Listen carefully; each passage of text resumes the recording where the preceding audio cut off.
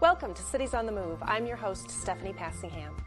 Lake Mills, Iowa resident John Carlson enjoys introducing his love of archery to school children. We'll meet him and learn more about this sport. Rich Bisky, Joel Peterson, and Mike Muzzy join us to talk about a new pilot project for ditch structures in the area. And finally, we travel to check out a popular game of chance at the Flamingo Bingo in Rochester. Stay tuned for Cities on the Move.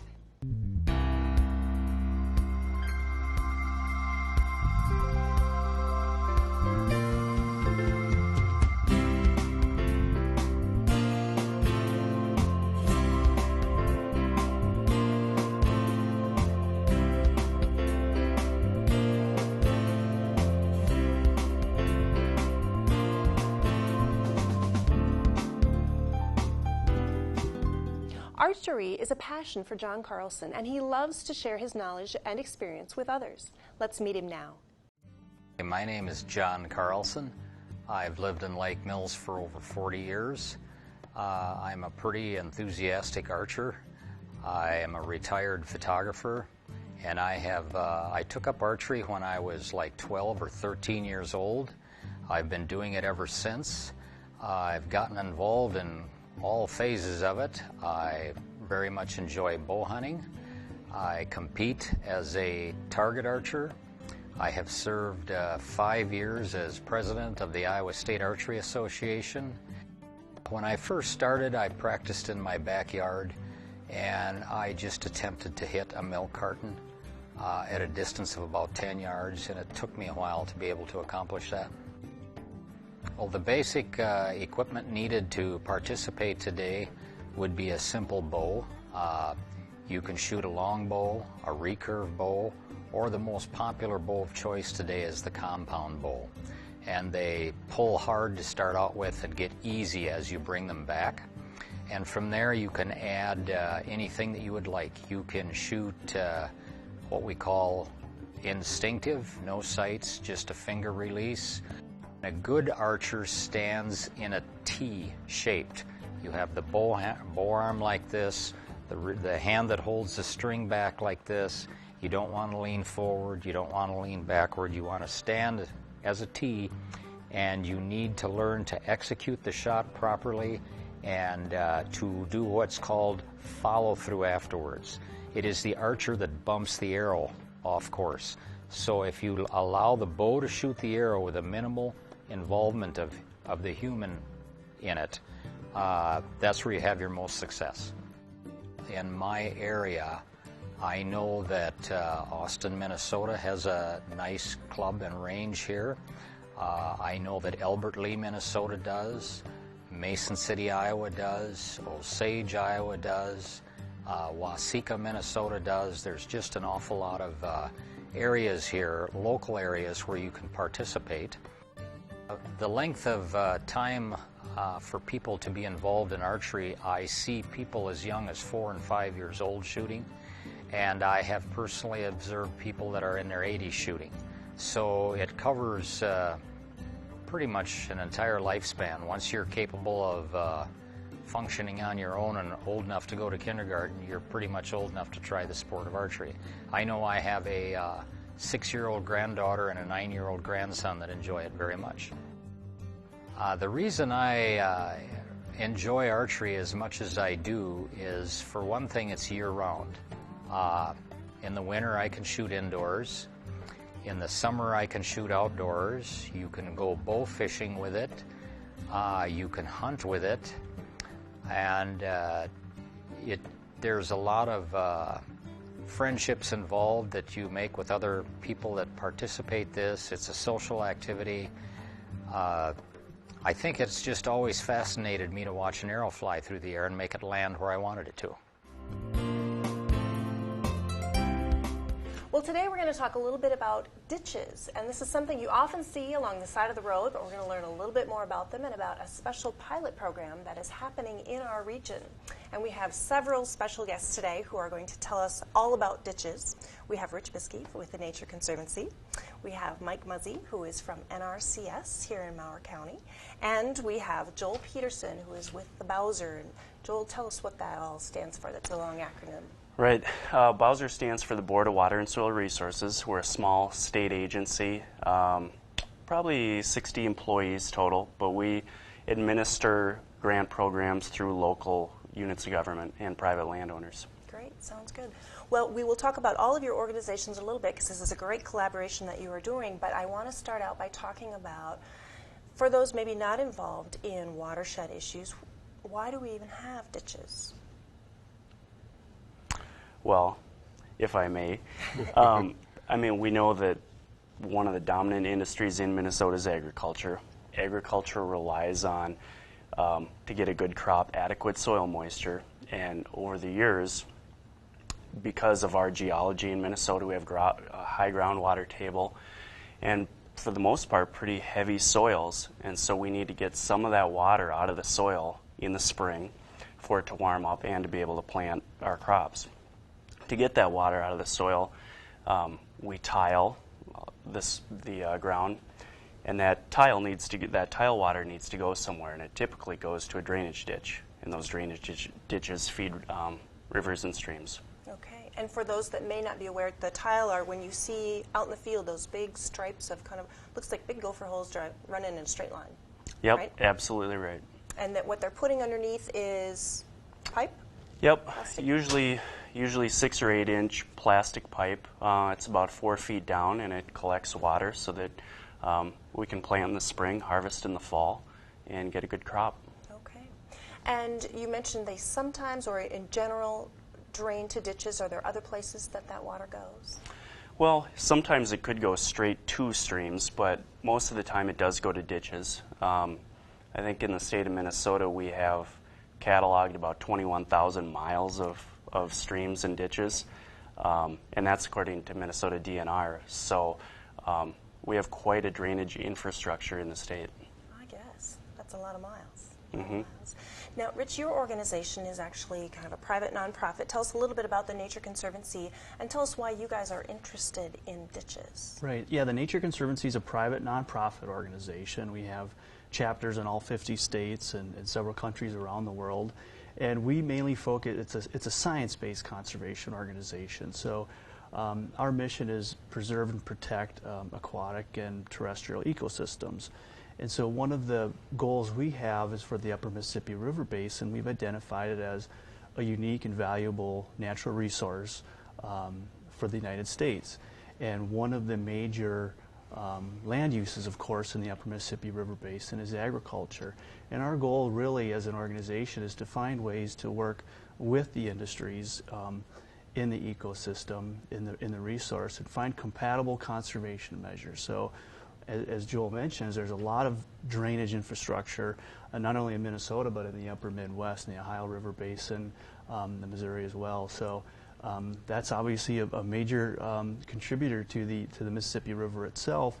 Understanding that agriculture is a vital part of the communities that make up the Midwest. So by establishing a 2-stage ditch, we feel that we can support agriculture, continue to operate as they have effectively and profitably, but also provide some environmental benefit to the water resources. And colleagues of the Conservancy of mine in Indiana and Ohio and Michigan have successfully used 2-stage ditches and learned about it visiting with them. And so we thought it would be an effective strategy for Minnesota. To give it a try. Yeah. Now, Mike, your organization, ditches are often kind of observed and maintained at the local level. Give us a sense of kind of the county's responsibility to the ditch system. Okay, there's different types of ditches. There's private ditches and there's what they call county ditches. And county ditches are, they're operated by the county. There's a formal state drainage law that regulates how those ditches are operated. And private ditches are just where a group of farmers get together and they decide everybody's going to pitch in so much money, usually depending on how many acres they have draining into that ditch, and they sort of work together in a cooperative fashion. Whereas the county ditches, there's a legal system that's set up. You have public hearings and you have engineers involved that design the ditches, and so there's 2 different types of ditches out there, and probably most of the ditches are probably private ditches, especially in Mower County here. So on the private ditches, the government really doesn't have a lot of input normally, except if landowners want to cooperate. We offer them assistance with different conservation programs, whether it be, the CRP program, putting filter strips along the side of the ditch, or environmental quality incentives program where we can offer cost share if they have an erosion problem going into the ditch, maybe put a structure to control the erosion into the ditch. So on the private ditches, it's sort of a voluntary approach. We offer them different carrots for them to maybe improve the management of that ditch. Sure. Because you can't just put a ditch in and just leave it, right? No, it takes continual maintenance, and that, the ditches tend to trap sediment, and that's one of the ideas behind a two-stage ditch, is that it not only ecologically does it work better, provide better habitat for fish and wildlife, and we're hoping it'll also improve the water quality, but then it'll also benefit the landowner also by maybe cutting down on some of the maintenance expense by controlling some of the sediment and that. So that's really the goal of our programs with NRCS. We started as a soil conservation service back in the 30s, and we work cooperatively with the local soil and water conservation districts, and it's to help out the local agricultural producer. It's sort of a win-win situation where they can implement a program that hopefully increases their profitability, is good for the community economics, and also is good for conservation, maybe benefits the water and the wildlife and soil out there. So. Win-win-win. All right. Yeah. Joel, give us a sense of what ditches, what the traditional structure looks like, and this pilot project. Tell us a little bit about where it's taking place and how that will make the ditch structure different.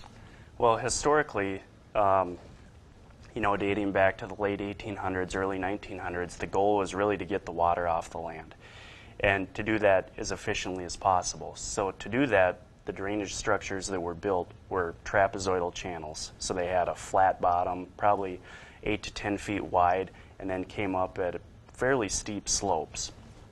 And while that's efficient in moving water off the land, it's also can create some problems. Those steep banks tend to cave in, causing all sorts of clean-out problems. And during low flows during the summer month, when that water isn't moving very fast, sediment tends to build up in the ditch, and that's why we have to clean it out periodically. So that's the way it has been done. This new ditch design was developed in Ohio by a professor there at Ohio State University named Andy Ward. And really the goal is to mimic a natural system.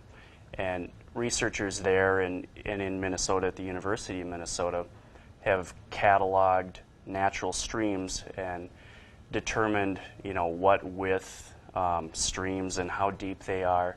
And so the goal is to try to mimic those systems by providing a floodplain.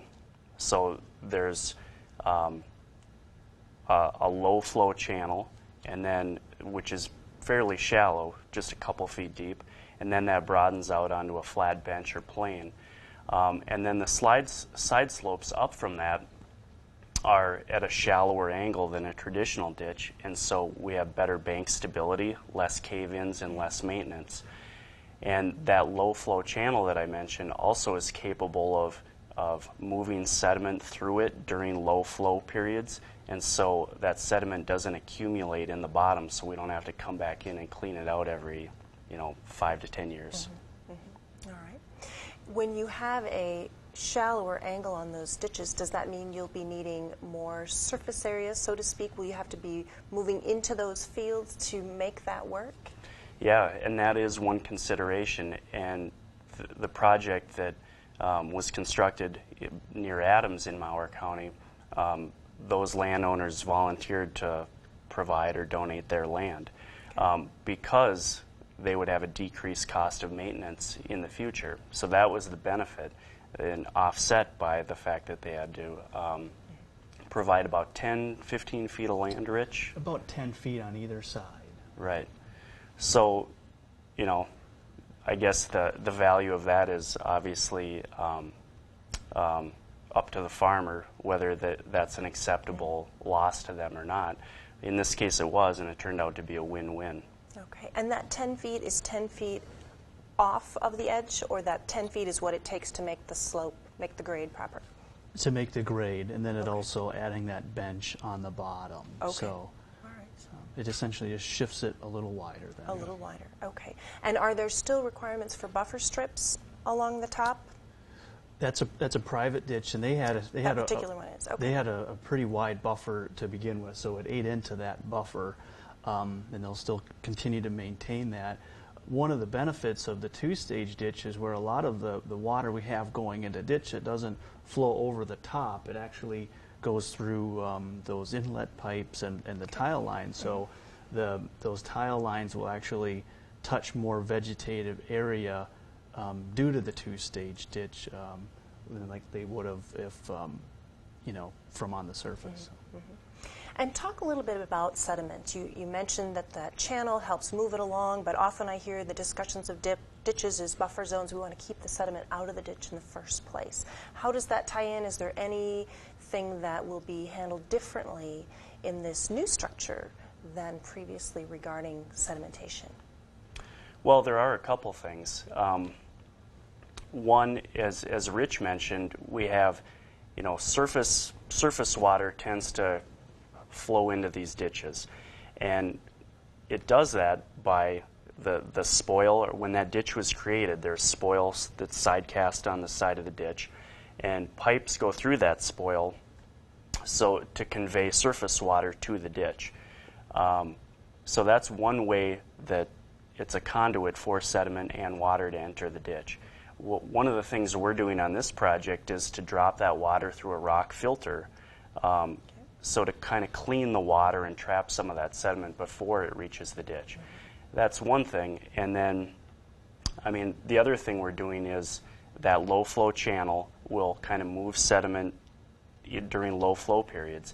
But then during high flow periods, as the water rises up above onto that bench, we'll have a lot more resistance. So all that vegetation and surface area will kind of slow the water down, and sediment will be able to fall out onto those benches during that time instead of being conveyed downstream into our receiving streams and rivers. Okay.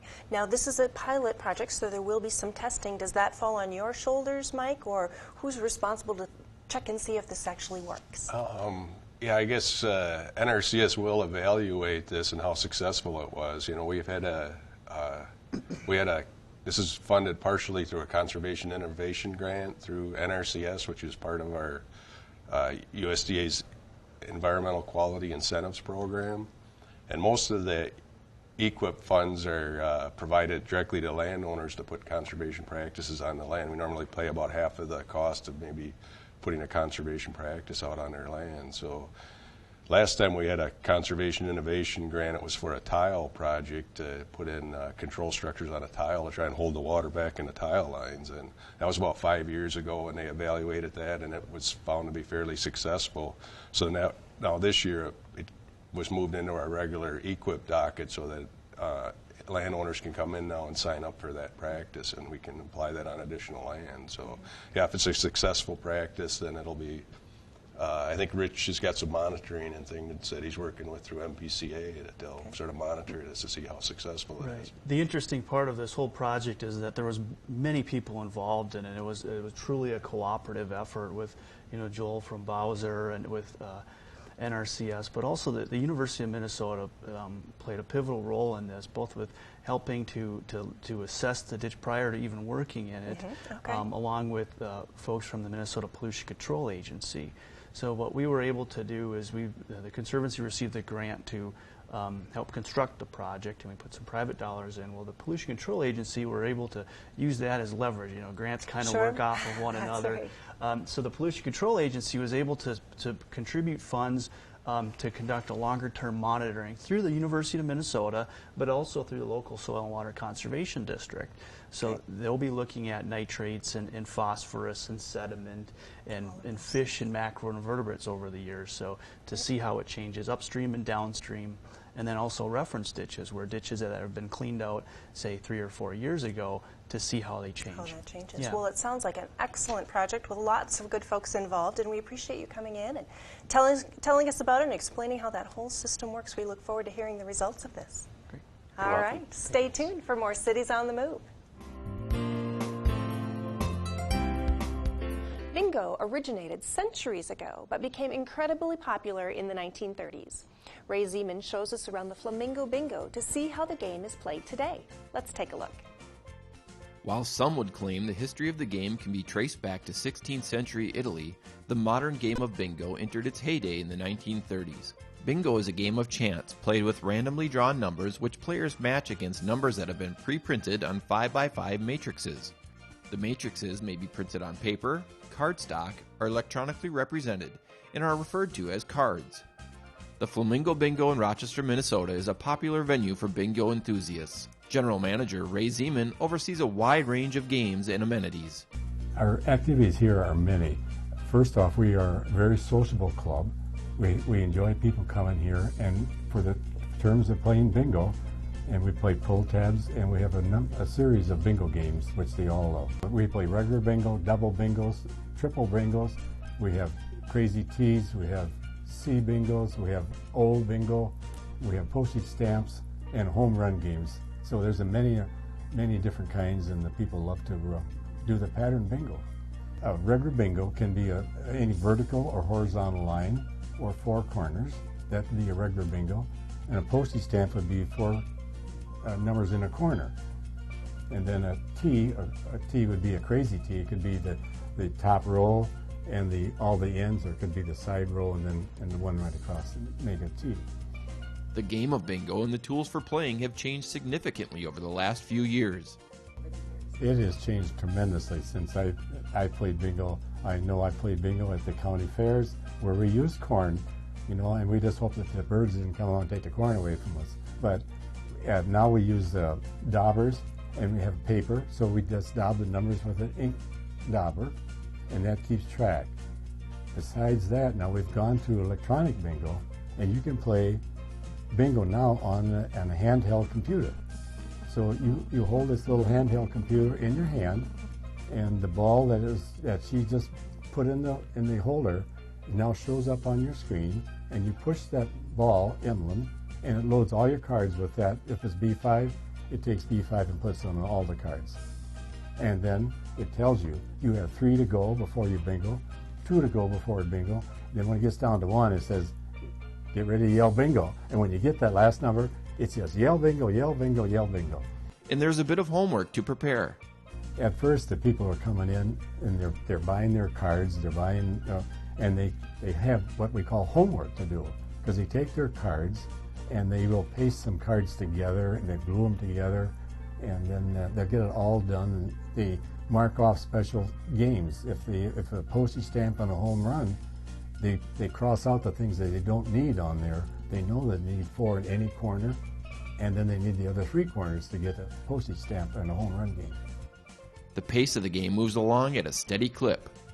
The bingo caller is the one that controls all of the balls. There's 3 ball machines up there, and we have the arrows going and the balls are coming out, and she's bringing the ball out of the machine and putting it into a layer that lights up the boards around the hall so that they know what ball was called, and she pronounces that ball very clearly so that they can understand. Every time that the ball comes out, the caller will call that number every 11 seconds. So a ball is going to be shown and called every 11 seconds. So you have 11 seconds to mark your cards. When they bingo, they holler bingo, and they love to bingo. It's like playing any game. You love to yell bingo. And when you yell bingo, you get a prize. You get money. And our regular games pay $50 to $75. And then we also have special games that we play for $500 and $1,000. We have each night we play for one $500 game and 2 $1,000 games. And the $1,000 games are probably one every month, each one of them, because we do a blackout then for a certain number of calls by the bingo ball. For many players, bingo is more about seeing friends than winning big prizes. There used to be a typical where it was the widow lady who came by herself and just loved to get out and socialize. And I've had them come up and say, Ray, the reason I'm alive is because I can come and play bingo. Then they come out and visit my friends. That is the older group. And they are just delightful because they love to come. Now the young people are coming, because you can start playing bingo now at 18. And the high school kids, and when they turn 18, they just love to come out here because now they're grown up and they play bingo. For adults of all ages, bingo is a popular pastime that keeps the region on the move.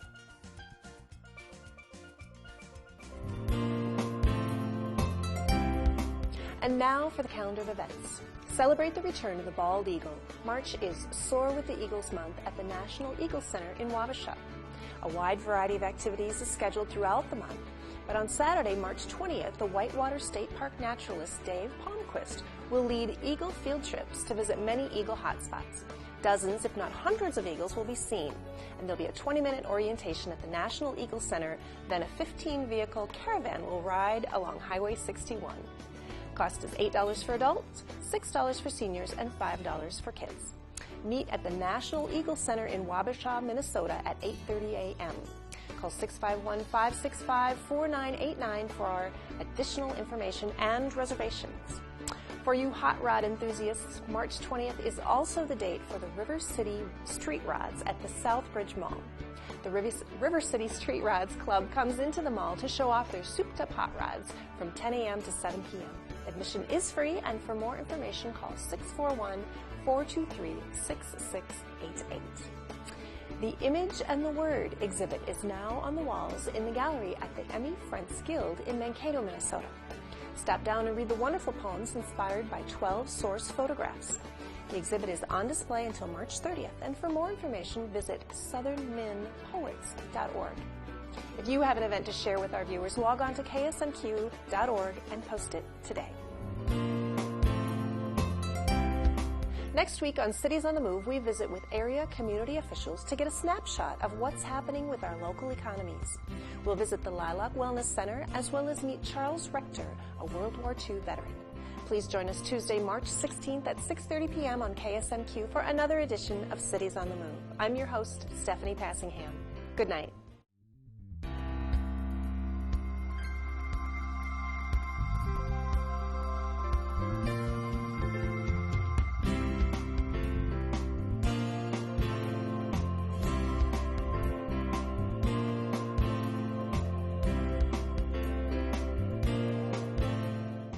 Production of this program is made possible in part through a grant from the Blandon Foundation.